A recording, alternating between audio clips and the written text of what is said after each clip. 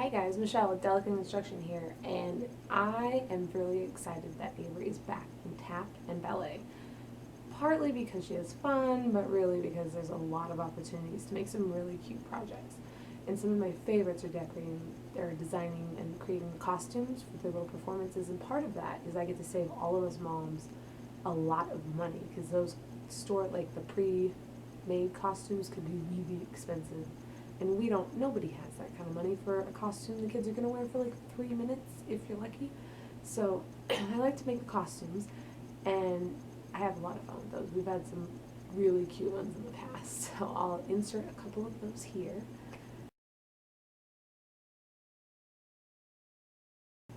And they're really cute, right? So I have a lot of fun with that. But also, this year Avery needed a new dance bag to hold all her clothes and then her shoes once she's already dressed, so they could bring their extra set of shoes and stuff like that. So today I wanted to share with you this cute little dance bag that I made her for this year.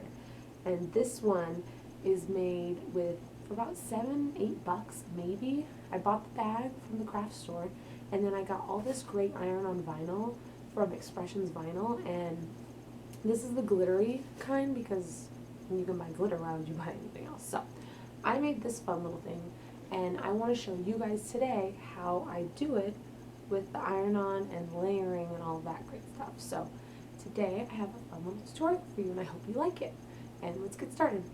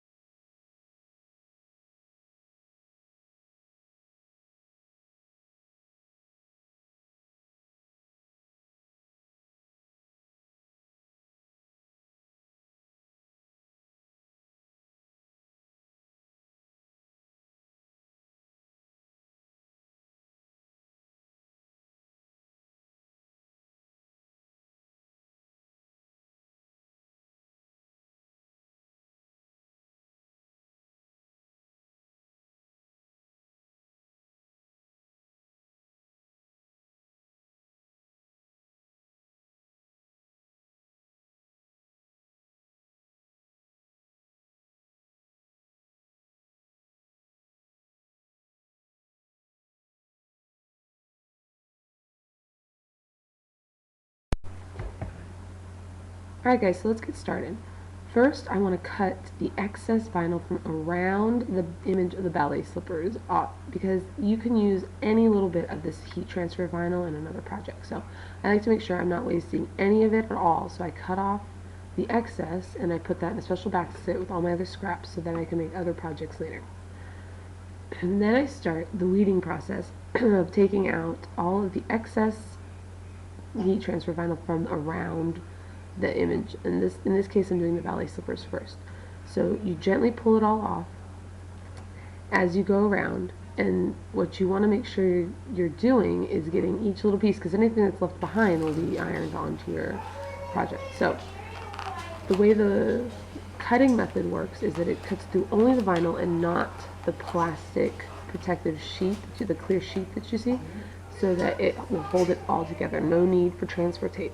So once that's done, and I've got everything out, I can bring out the bag now. And I put the bag on the towel. And I wanted to use a towel because I want to make sure this is accessible for everybody. You don't need special anything to use this awesome Expressions Vinyl glitter heat transfer vinyl. So I place my image on top, and then when it's where I want it, I smooth it out. And then I took a pillowcase because for the same reason I want to make this accessible, and you can easily just use a pillowcase. And this is a really thin pillowcase that I just had that's perfect just to provide a layer between everything. And because there's 2 layers to the pillowcase, I'm just going in one direction with my iron set on linen over and over. So you're going to want to do this for 10, 20 seconds or so, and then you'll check it, and if you need more, then you just add a little more.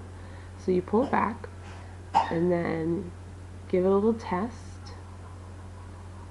and then you just start pulling it off once it's ready, and you can pull this entire clear sheet off. And then once that's done, I like to put the pillowcase back on and give it a couple more passes with the iron just to be safe.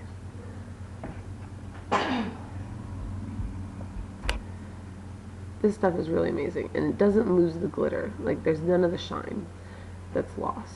Alright, so for the next layer, I go through the same weaving process with the text, which in this case says Tiny Dancer. So I just pull off from around, and again I trim that down and put the scraps in my little scrap basket, because I've done awesome things with scraps. We'll have to make a video on that too. So I take all of that great vinyl off. And honestly, all those little scraps that I have to pull off, I've even done little art projects with Avery, just so that I make sure I don't waste anything. In this case, I've used tweezers to get the little insides of the letters out. That's up to you, either way. They both work. And alright, there you go. And you have to make sure you mirror image that. That's very important, so that when I turn it around like this, it's not backwards. So I center that on top of my ballet slippers.